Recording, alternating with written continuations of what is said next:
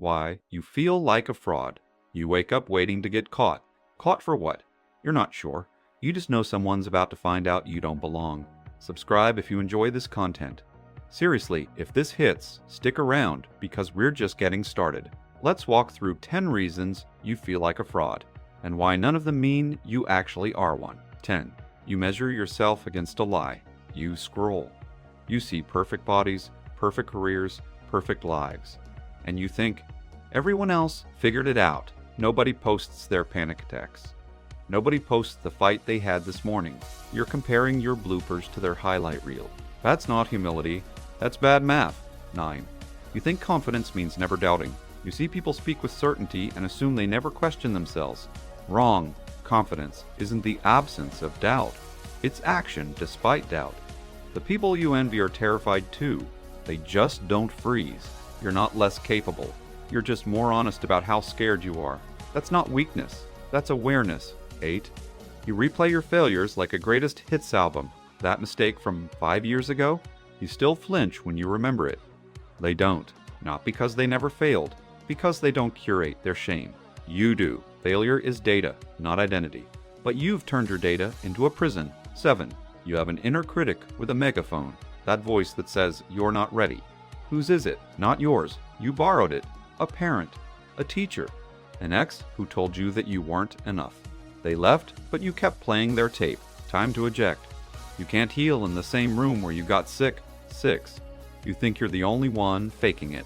Everyone feels like they're making it up as they go. Everyone. The difference? Some people accept that winging it is the human condition. You're still waiting for a manual that doesn't exist. Here's the relief. There is no manual. That means you can't fail at something that was never assigned. 5. You minimize everything you've done. Anyone could have done that. It was luck. I just showed up. That's not humility. That's theft. You're robbing yourself of evidence. Keep a box called Proof I'm Not a Fraud. Every win, every kind email, every finished project. Read it when your brain lies to you. 4. You're trying to live someone else's definition of success. You're climbing a ladder that's leaning against the wrong wall. And you're exhausted. Your parents, your peers, the algorithm. They told you what enough looks like. You never asked if you agreed. You can cut the strings. The puppet doesn't fall. It just stands there, free, confused, then relieved. 3. You catastrophize what people think of you. They're laughing at me. They know I don't belong. They're just waiting for me to fail. Here's the brutal truth. Most people aren't thinking about you at all. They're thinking about themselves. You're the main character of your anxiety. To everyone else, you're a background extra. That's not cruel. That's freedom. 2. You let fear of rejection silence you. You have something to say, a project to start, a boundary to set, but you swallow it. What if they don't like it? What if I look stupid? What if I fail publicly? Rejection might happen. It might, but living unspoken is a slower death than any rejection. You don't need permission to exist out loud. 1.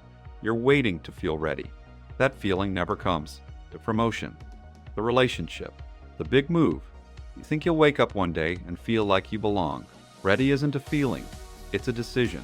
You decide you're ready, then you act, then the feeling shows up somewhere in the middle. You're not a fraud.